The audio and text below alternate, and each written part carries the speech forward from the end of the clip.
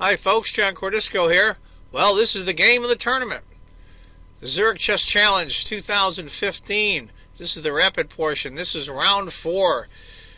Between the two guys that are in first and second, Nakamura is white and Anand is black. Right now, Nakamura is 1 point behind Anand. He has to win this game. There's only 5 rounds in the rapid. He's got to catch him, and this is his opportunity. Let's see what he does. Nakamura is white, Anand is black. It's going to be in English again, interesting enough. D5, knight F3, pawn takes, castles, B5, A4, bishop B7, B3. Let a pawn maneuver on the queen side. Remember, this is rapid now. 15 minutes with a 5-second increment. B4, he moves it up. Pawn takes. C5. It's like Anand's really moving up on the queen side. Got a lot of space. D3. E6. Knight. Bishop E7. Knight B3. I'm going a little quicker than I normally do because remember, this is rapid. And this is a fairly long game for rapid. Pawn, bishop b2, knight e3, castles for Anand, and Hikaru goes d4, going right after the center immediately. Queen to c7. It's amazing, even in rapid, I had the computer on off screen, how many of the moves are either first or second choice of the computer. These guys are great. Queen e2, knight e4, that knight right in a good spot. Rook over. Rook over, looks like they're piling up on the C-file. Knight to E1, also the computer move. Beautiful. Knight to D6. Could have like queen to C6, but we're playing rapid. Who's going to quibble here? E4.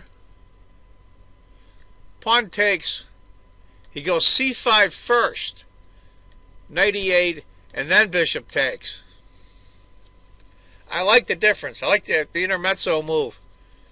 Knight e5, f4 for Hikaru. He's going for it. He's an aggressive player anyway, but especially in rapid and especially in bullet. He's one of the best bullet players in the world, if not the best. Knight c6, bishop, knight f6. They're just going back and forth. Quarter pawn advantage for black. Anand's got a slight advantage, but not much. e5, he's just pushing it. Knight d5, get that knight in a really good spot. Just aching for that bishop to take it. That's a really strong bishop on g2. Knight f3, rook a to b8. Black started to get a little cramped up, but last couple of moves, black lost a little advantage, but nothing serious. Knight over, knight c3. Queen moves, protect the pawn on c5. Knight d8. I'm not going to go through any scenarios. Remember, this is rapid. The bishop takes, pawn takes, rook takes, bishop takes, king takes. Carl's up a pawn. Okay, a pawn is a pawn.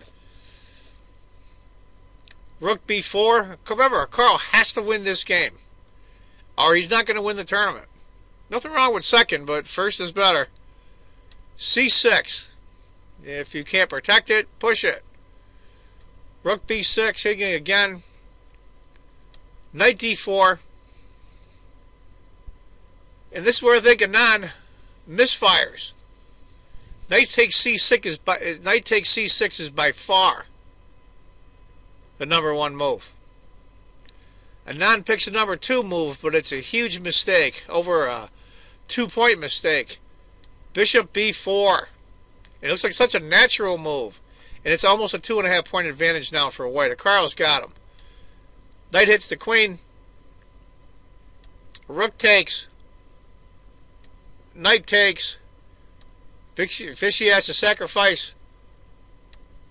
Queen e4. Rook takes. Comes out a rook and a bishop for a queen. Knight f3. Now it's a matter of technique. Knight to b7. We're on move 35. They got to be getting low on time. Rook to d1. Remember, they each only have 15 minutes. Can Vishy hold this? Somehow he's got to build some kind of fortress. About a 1.5 advantage for white. Knight c5 by Vishy Anand. Queen to c2 by Akaro.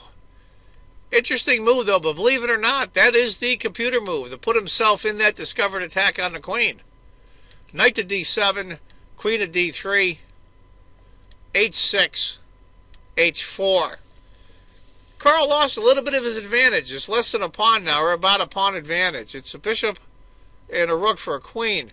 Knight c5, queen c2, he goes back again. Knight to d7, queen to d3. That's twofold repetition now. Knight c5. Carl says, no, a draw is absolutely worthless to me. Knight d7. Now he goes queen b5. Knight f8. h5. Great move. Close down anything over here at all. Rook c5, hitting the queen. Queen goes to b7. Rook hits. Queen to e4 is really wanted the damn thing to begin with. He moves the knight back to d7. King h3 for Akaro. It's an only point difference. Akaro can draw. If he doesn't play exactly accurate, he can draw this, and a draw is no good to him. Knight b6. f5. He just goes for it. Let's open a position up. The hell with it. E takes. Queen takes. Knight takes. Rook d7. He's looking for his pieces to get some active play. Rook takes, queen takes, knight b6, hitting the queen. Now, with active piece play, Akaro is now in the driver's seat. 3.5, almost 4-point advantage. Queen to b7. All you can do, e6. Nice. F takes. Knight to e5. Got to use all the pieces. Putting all kinds of craziness. Rook to f8. Queen to c6, hitting the bishop. Bishop has to move, hits the knight. Queen takes, check. King to h7. Queen to d6.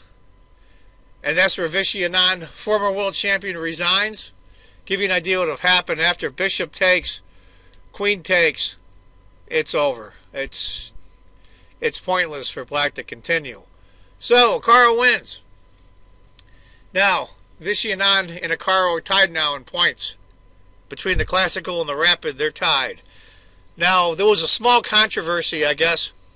They weren't really sure what was in the contracts, but they were going to use a tie-break system. But I guess towards the end of the rapid session of the tournament, the organizers decided to do a tie-break blitz game. And I guess Vishy wasn't real happy about it from what I understand. So they came to a conclusion. They would play an Armageddon game. Armageddon means somebody has to win. There's no draw, still loses. So what happened was Akaro ended up with black and Vishy with white. Vishy had 5 minutes, Akaro had 4 minutes. And black has to win. If black draws, white wins and Anand wins the tournament. So I'm going to skip round 5 because they were all draws and it really didn't change the outcome and they were fairly boring anyway. And go right to the Armageddon game. Vishy Anand is white, Akaro is black. Black has to win. A draw loses. So we're going to be showing that game next. It's a hell of a game. It determines the entire tournament. Anyway, folks, that's a pretty good game from round 4 of the rapid section of the Zurich Chess Challenge 2015.